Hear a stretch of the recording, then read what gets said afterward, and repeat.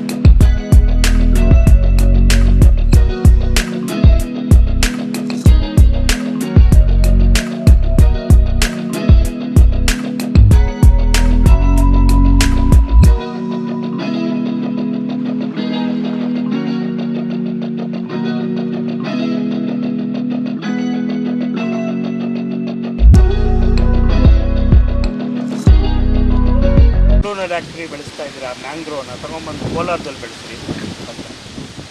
ಅವನು mangrove ಅಂದ್ಕೊಂಡಿಲ್ಲ, mango ಅಂದ್ಕೊಂಡ್ಬಿಟ್ಟು. ಆ ಥರ ಇದ್ರೆ ಇನ್ನೇನು ಮಾಡೋದು. ಅವನ ಅಧಿಕಾರಿಗಳು ಹಂಗೆ ಕೂತವ್ರೆ.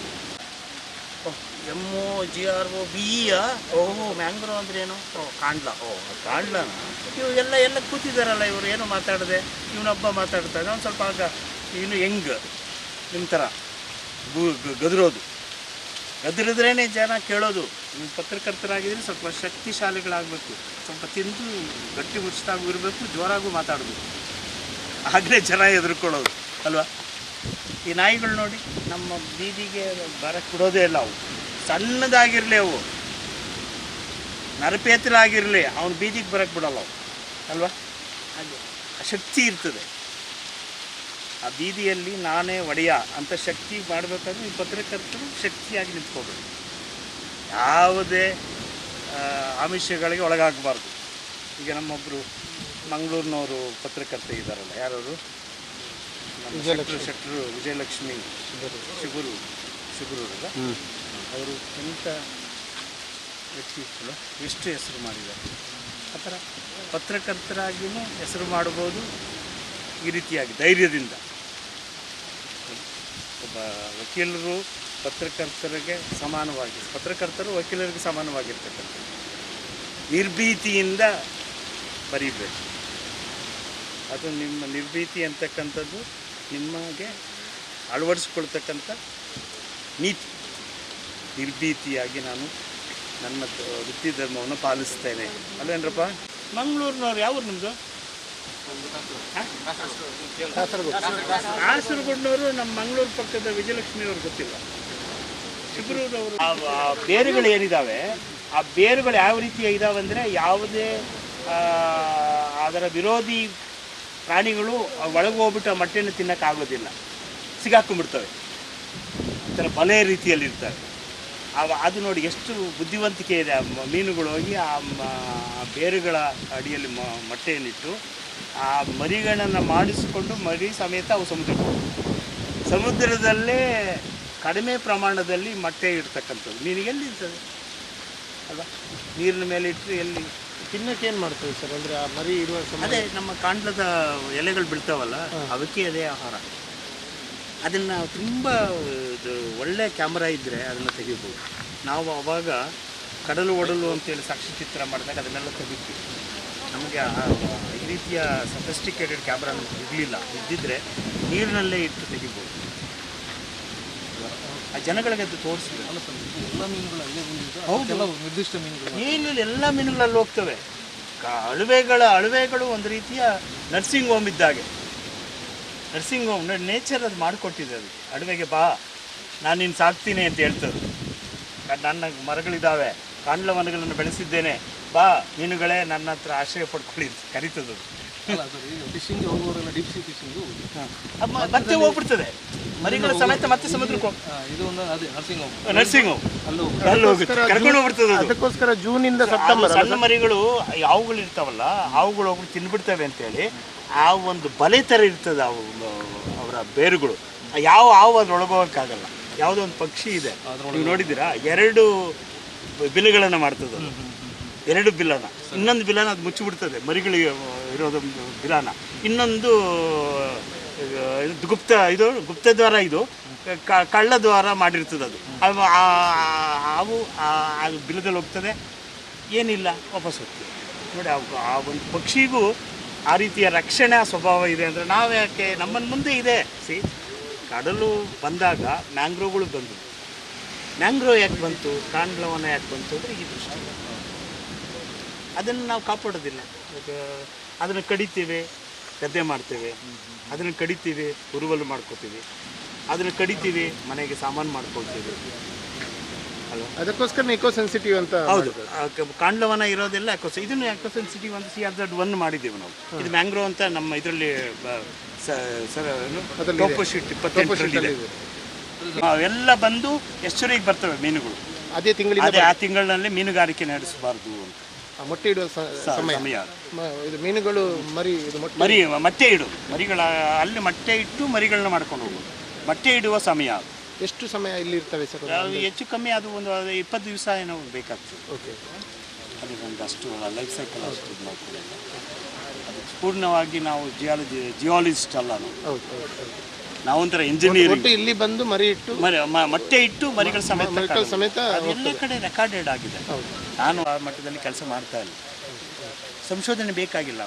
ಅವರು ಮಾತ್ರ ಅಲ್ಲ, ಇಲ್ಲಿ ಸ್ಥಳೀಯರಿಗೂ ಈ ಮ್ಯಾಂಗ್ರೋವ್ಸ್, ಕಾಂಡ್ಲಾ ಮತ್ತೆ ಈ ಮರಿ ಇಡುವ ಏನು ಅದರ ಇಂಪಾರ್ಟೆನ್ಸು ಅದರ ಗೊತ್ತಾದ್ರೆ ಕಡಿಯಕ್ಕೆ ಹೋಗಲ್ಲ. ಅದೇ ಹೇಳಿದ್ನಲ್ಲ, ಅದು ದೇವ್ರ ಕಾಡಪ್ಪ ಅಂತ ನಾವು ಅವ್ರಿಗೆ ಹೇಳಬೇಕು.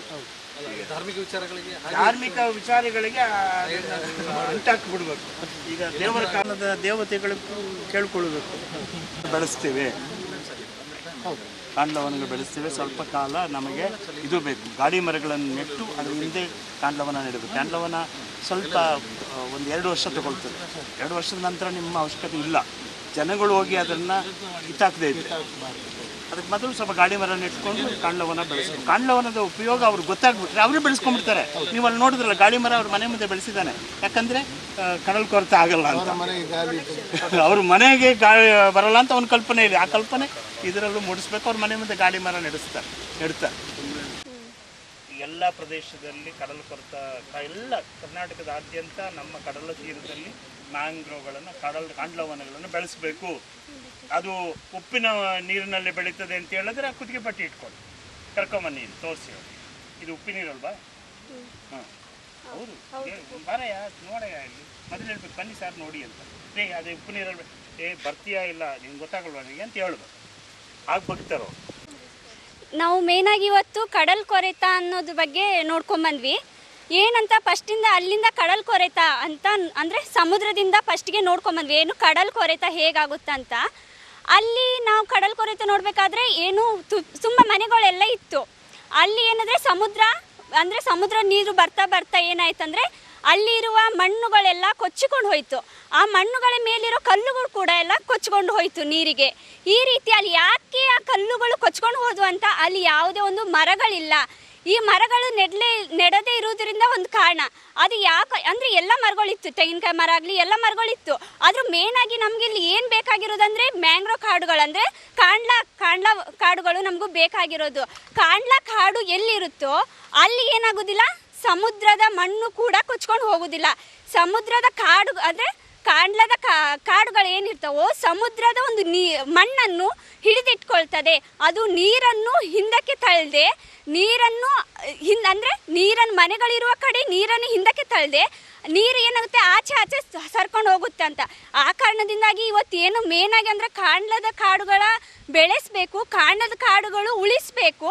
ಅಂದರೆ ಎಲ್ಲಿ ಒಂದು ನೀರು ಕೊಚ್ಚಿಕೊಂಡು ಪ್ರವಾಹ ಎಲ್ಲಿ ಜಾಸ್ತಿ ಆಗುತ್ತೋ ಆ ಪ್ರದೇಶದಲ್ಲಿ ಏನು ಬೇಕಂದರೆ ಮ್ಯಾಂಗ್ರೋವ್ ಕಾಡುಗಳು ಅಂದರೆ ಕಾಂಡ್ಲಾ ಕಾಡುಗಳು ಬೇಕು ಅಂತ ಹೇಳಾಗುತ್ತೆ.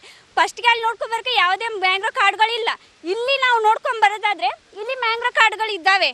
ಈ ಮ್ಯಾಂಗ್ರೋ ಕಾಡುಗಳು ಇರುವುದರಿಂದ ಈಚೆ ಕಡೆ ಸೋಮೇಶ್ವರದ ಹತ್ರ ಇಲ್ಲಿ ಮ್ಯಾಂಗ್ರೋ ಕಾಡುಗಳು ಇರುವುದರಿಂದ ಯಾವುದೇ ಒಂದು ಅಂದರೆ ನೀರುಗಳು ಆಚೆ ಹೋಗದೆ, ಅಂದರೆ ಮಣ್ಣುಗಳು ಹರಿದುಕೊಂಡು ಹೋಗದೆ, ಅಂದರೆ ಮಣ್ಣನ್ನು ಗಟ್ಟಿಯಾಗಿ ಹಿಡಿದುಕೊಳ್ಳುವಂತಹ ಶಕ್ತಿ ಇಲ್ಲಿದೆ.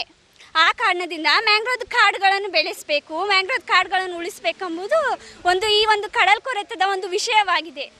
ನಾವಿಂದು GFCC ಕಾಲೇಜಿಂದ ನಮ್ಮ ಜರ್ನಲಿಸಮ್ ಸರ್ ನಮ್ಮನ್ನು ಇಲ್ಲಿ ನಮ್ಮ ಕಾಂಡ್ಲ ಇರದ ಕಾರಣ ನಮಗೆ ಈ ಸಮುದ್ರಗಳ ಅಲೆಗಳಿಂದ ಆಗುತ್ತಿರುವ ಹಲ್ಲೆಗಳನ್ನು ಹಂಗಂದರೆ ಒಂದು ಕೆಲವು ಮನೆಗಳೆಲ್ಲ ಈಗ ಕೆಲವು ಅಲ್ಲಿ ನಾವು ಬರ್ತಿರುವಾಗೆಲ್ಲ ನೋಡಿದ್ವಿ.